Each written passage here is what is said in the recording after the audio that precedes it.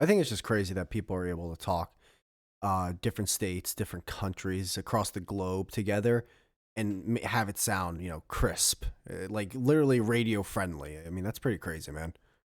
That's my goal, man. If I can make my show sound just as good as anything you hear on the radio, that's always How do been. they? I worked in rate, like like e- even the best. And I'm going to answer your question. I know it's been like 20 minutes since you asked what microphone I use, but how do rate? It just feels like a radio show, like a traditional AM, FM, and maybe even satellite radio. It still sounds better than some of the best audio quality podcasts out there. Am I going nuts? Is it an actual thing? Like, I don't get it. Well, you have to remember, just like anything in life, the more money, the better you can become at pretty much anything. Yeah, yeah. The more money you dump in your car, the more faster you can go. The more money you dump into your four wheel drive, the more things you can crush over, with your truck. So the more money you dump into your microphone, the more money of your gear. I mean, I've been in radio stations before. I've seen their toys they have. I've seen their microphones. I've seen their gear. I've seen what they're using. They got very expensive stuff, and we're just using a simple little computer and $100 microphone. No, you're right. They have microphones that are like not even 400. They're talking about $1,000+ microphones. Like, what are the classic big fucking silver ones? What they're called? I think it's the TOs, audio. No, was it the RJ something. RE 320s? I think is what it is. They use those a lot. I I've heard think that's a so. big one in And then radio. like Yeah, that one and the other one that like say Joe Rogan podcast use, the black ones yeah. that are The like SM7B. yeah, those are like the two SM7. biggest ones. Now the SM7B. These are all XLR microphones, by the way. You can't plug these directly into your computer via USB. Mm-hmm. They require to go through an interface or a mixer of some sort. Now I heard the SM7B. I heard it's a very gain hungry, which means that you got to crank that thing up a lot or have what's called a cloud lifter to kind of help boost that. It's like think of like a turbo boost for your microphone, make it louder without that really kind of screwing things up.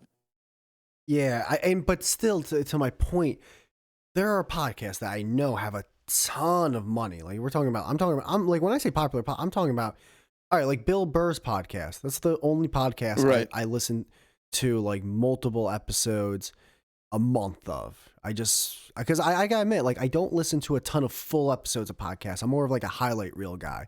I'll listen to clips, but Bill Burr's, I'll listen to the whole thing. And maybe he just doesn't want to invest a ton of money, but it just sounds like he's in his bedroom or whatever doing the show.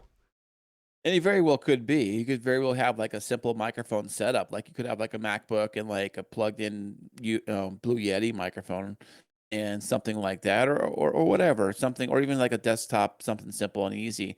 Or maybe, you could be talking to the microphone 5 feet away, and that may be, I mean, that's kind of a thing too. I mean, even if you have a good microphone, you still need to know how to use it. Mm-hmm. So if you can get within a fist length away from the microphone when you talk into it, don't be sitting on the desk and sit back, 5-10 feet away from the thing. Oh, you It's mean gonna you sound, mean like this? What's up, man?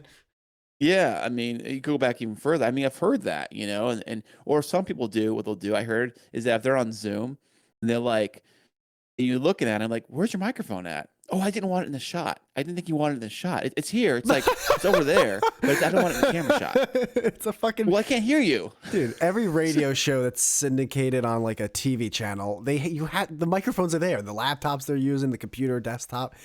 That's hilarious. Well, yeah, but I think too is that a lot of people also will use AirPods. They'll put their AirPods in. Oh, that's terrible. I mean, No, don't give them it's the benefit of the doubt. That's terrible. That well, is a if you want good lazy. audio, if you want really good audio, if you care about audio, if you want good audio, you got to get a decent microphone, and you have to have it. You know how to use. You got to learn how to use your microphone too, Mm. and you got to make sure you're talking right into the thing and have it at a decent level. I mean, it's basic stuff, man. We're not talking. It's not rocket science here. I'm sure. I'm sure we will. Because just technology moves this fast. I want the microphones that a lot of TED Talk people use. It's like a little headset, and then it's just like this little metal bar with. It's like a Q-tip. Like that's the size of the It's microphone. the ones that you use, like if you call, like say, I don't know, technical support, and they're like talking to you, Yes. like on the other Yes. end, like, how can I help you today? Yeah, You those are you just for wanted to put phone. an accent on there so bad. I know you I did. could probably do that. Hey, but I think it's for phone calls. Those are designed for phone calls or whatever. Not for anything really Eventually, good. those mics will be good enough. You know what I mean? And then they'll be even better than that. Like it's just I mean, look at what we have now. Eventually they'll be good enough. Well, it just depends on what you want your podcast to be about. Who's your audience? What you care about? Maybe I was just talking to Christine this morning about this. I said I think there's two types of podcasters out there right now. Hmm. There are ones that work very hard on content. Their whole thing is content or booking guests or doing a whole spreadsheet on what I'm going to talk about, like developing the content for the show. They're very invested into that, but they're not very invested into like the mechanics of how to do it. And then you got the other side, which is very heavy into mechanics, like probably I am, trying to make sure this thing works and it works great. And then as far as content goes, well, I'll wing that part. That's kind of the way I do it, you know? So you got like two sides of the coin, mechanics or content. What side are you? I think I'm the third side. A little bit of both? No, an idiot.